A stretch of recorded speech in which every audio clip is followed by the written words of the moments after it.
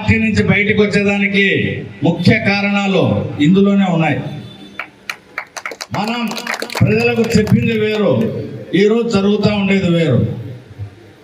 నేను ఈరోజు పార్టీలో నుంచి బయటికి సడన్గా నిర్ణయం తీసుకొని రాలే. మీకు గుర్తుందో లేదో, తెలుగుదేశం ప్రభుత్వం అధికారంలోకి వస్తానే 100 రోజుల పరిపాలన అనే ఒక ప్రోగ్రాం పెట్టినారు. 100 రోజుల ప్రోగ్రాము పెట్టినప్పుడు నేను ప్రతి మండలంలో తిరిగిన, ప్రతి మండలంలో జరుగుతూ ఉండే పరిపాలనలో తప్పులను వేలెత్తి ఆ రోజే చూపించినాను. 265 రోజుల 365 రోజులైంది పొత్తు అధికారంలోకి వచ్చి. 265 రోజుల కిందటే నేను ప్రభుత్వంలో జరుగుతూ ఉండే విధానాల గురించి ప్రజలకు నచ్చడం లేదు అని ప్రభుత్వానికి తెలియజెప్పే ప్రయత్నం నేను చేసి నేను ప్రభుత్వానికి చెడ్డ అయిపోయినా. అది పనికిరాదు. ఇప్పుడు జరుగుతూ ఉండే లంచగొండి విధానమే ఈ ప్రభుత్వానికి ముద్దుగా కనిపిస్తుంది. ప్రజలకు సౌకర్యాలు అందడం లేదు సరిగ్గా. ఉదాహరణకు ముఖ్యంగా మనం ఫస్ట్ మాట్లాడుకోవాల్సింది పేదవాడికి మనం నెల అందించే రేషన్ ఆటోల ద్వారా ఇంటింటికి అందజేసే కార్యక్రమం. ఆ సందులో ఉండేవాళ్ళు కనీసం ఆ సందులో ఉన్న ఆ వ్యాన్ చుట్టూరా నిలబడి తీసుకుపోయే పరిస్థితి. దాన్ని రద్దు చేసేసి ఏదో జరిగిపోతా ఉంది మాఫియా, అక్కడేదో షిప్పులో ప్రతి నెల బియ్యం వెళ్ళిపోతా ఉన్నాయని చెప్పి ఒక మభ్యపెట్టి ఆ పథకాన్ని రద్దు చేసినారు. రద్దు చేసిన వెంటనే ఒక్క నెలకే ప్రజల్లో వచ్చిన వ్యతిరేకత అన్ని వర్గాల ద్వారా గుర్తించి మళ్ళీ జగన్మోహన్ రెడ్డి గారు ఏదైతే ప్రవేశపెట్టినారో అదే ఆటోలను ప్రవేశపెడదామా అనే పునరాలోచనలో ప్రభుత్వం పడింది అనే విషయాలు వార్తల ద్వారా మనం చూస్తూ ఉన్నాం.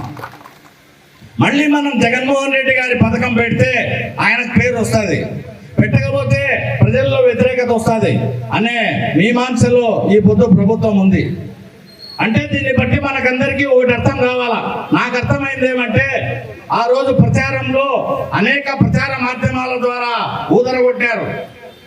జగన్మోహన్ రెడ్డి గారికి వయసు చిన్నది, అనుభవం లేదు, పరిపాలనా దక్షత లేదు అని.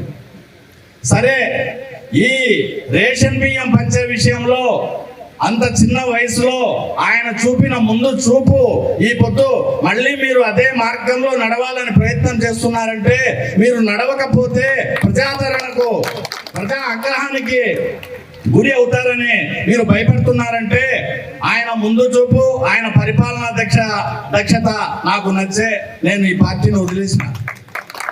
అదొక్కటే కాదు, ప్రసార మాధ్యమాల ద్వారా సైకో అన్నారు. ఈరోజు రాష్ట్రంలో ధన ఉన్మాదం రాజ్యం వెళ్తా ఉంది.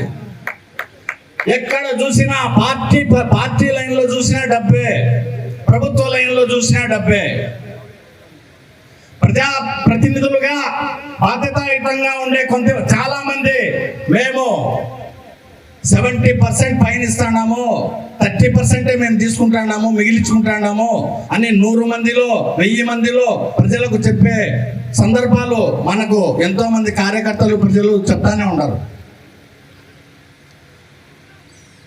70% మేము పైన ప్రభుత్వంలో ఉండే పెద్దలకు ఇచ్చి 30% మేము మీ దగ్గర తీసుకునే లంచాలలో మిగిలించుకుంటున్నామని ప్రజాప్రతినిధులు బాహాటంగా వ్యాఖ్యానిస్తారంటే, ఈ ప్రభుత్వంలో ఈ పార్టీలో కొనసాగేదానికంటే బయటకు వచ్చేసేది మేలని చెప్పేసి నేను బయటకు వచ్చేసానని చెప్పి మీ అందరికీ తెలియజేస్తాను. ఈ విధంగా ఎవరు ధన ఉన్మాదం రాజ్యం వెళ్తాంది. మనమందరం రేపు పొద్దున కార్యకర్తలం గ్రామాలలో ఒక చర్చలు ఇవ్వదీయాల. వాళ్ళు చేసిన దుష్ప్రచారాన్ని మనం ఎదుర్కోవాలా. అసలు సైకో ఎవరు అనే చర్చ రాష్ట్ర వ్యాప్తంగా జరగాల. దీన్ని మనం ఎదురుదాడికి దిగాల. ధన ఉన్మాది ఎవరు? ధన ఉన్మాదం రాజ్యం వెళ్తాంది రాష్ట్రం అంతటా. ఈ ధన ఉన్మాదిని తరిమి కొట్టాలంటే జగన్మోహన్ రెడ్డి గారు సైకోనా, ఈ ధనాన్ని వసూలు చేసేవాళ్ళు సైకోనా? ఎవరు వసూలు చేస్తున్నారు ధనం? మీ ప్రజాప్రతినిధులు ఎవరైనా సరే 164 మంది గెలిచినారు కూటమి ప్రభుత్వంలో. గెలిచిన 164 మందిలో ఎవరైనా సరే కాణిపాకానికి వచ్చి ప్రమాణం చేయగలరా ప్రభుత్వంలో అవినీతి జరగడం లేదని? నేను వస్తా, ఈ ప్రభుత్వంలో అవినీతి రాజ్యం వెళ్తుందని ప్రమాణం చేసేదానికి నేను వస్తా. 164 మంది గెలిచిన కూటమి ఎమ్మెల్యేలకు ఎవరైనా సరే కాణిపాకానికి వచ్చి ప్రమాణం చేసేట్టుగా అంటే చెప్పండి. ప్రతి గ్రామంలో ఎక్కడికి పోయినా అవినీతి రాజ్యం వెళ్తా ఉంది. ఏ ఆఫీసర్కు తెలుగుదేశం కార్యకర్తలు పిలిచకపోయి డబ్బులు లేకుండా పని చేయించే పరిస్థితి లేదు. దాన్ని పైనుంచి అధిష్టానం సరిదిద్దే మార్గమే లేదు. ఇటువంటి ఘోరమైన పరిస్థితుల్లో ఈ పొద్దు రాష్ట్రం ఉంటే అన్యాయంగా గత 4 సంవత్సరాలుగా జగన్మోహన్ రెడ్డి గారి మీద జరిగిన దుష్ప్రచారానికి ఏ మాదిరి సామాన్య ఓటర్ నమ్మినాడో ఆ నమ్మిన వాళ్ళలో నేను కూడా ఒకడిని. ఈరోజు వాస్తవాలు తెలుసుకొని నేను బయటకు వచ్చేసినానని ఈ వాస్తవాలు ప్రజలందరికీ తెలియజేసి ప్రజలందరినీ మేలుకొలిపి 4 సంవత్సరాల తర్వాత ఒక మంచి ప్రభుత్వాన్ని ఏర్పాటు చేసుకొని మనమంతా ప్రజలకు మంచి పరిపాలన అందించేదానికి కలిసికట్టుగా మనమంతా కృషి చేయాలని నేను మీలో ఒకటిగా మీతో పాటు ప్రతి గ్రామంలో ఈ కార్యక్రమాలు విరివిగా చేసేదానికి మీ అందరికీ తోడుగా ఉంటానని, మీరంతా నాకు తోడుగా ఉండాలని కోరుకుంటూ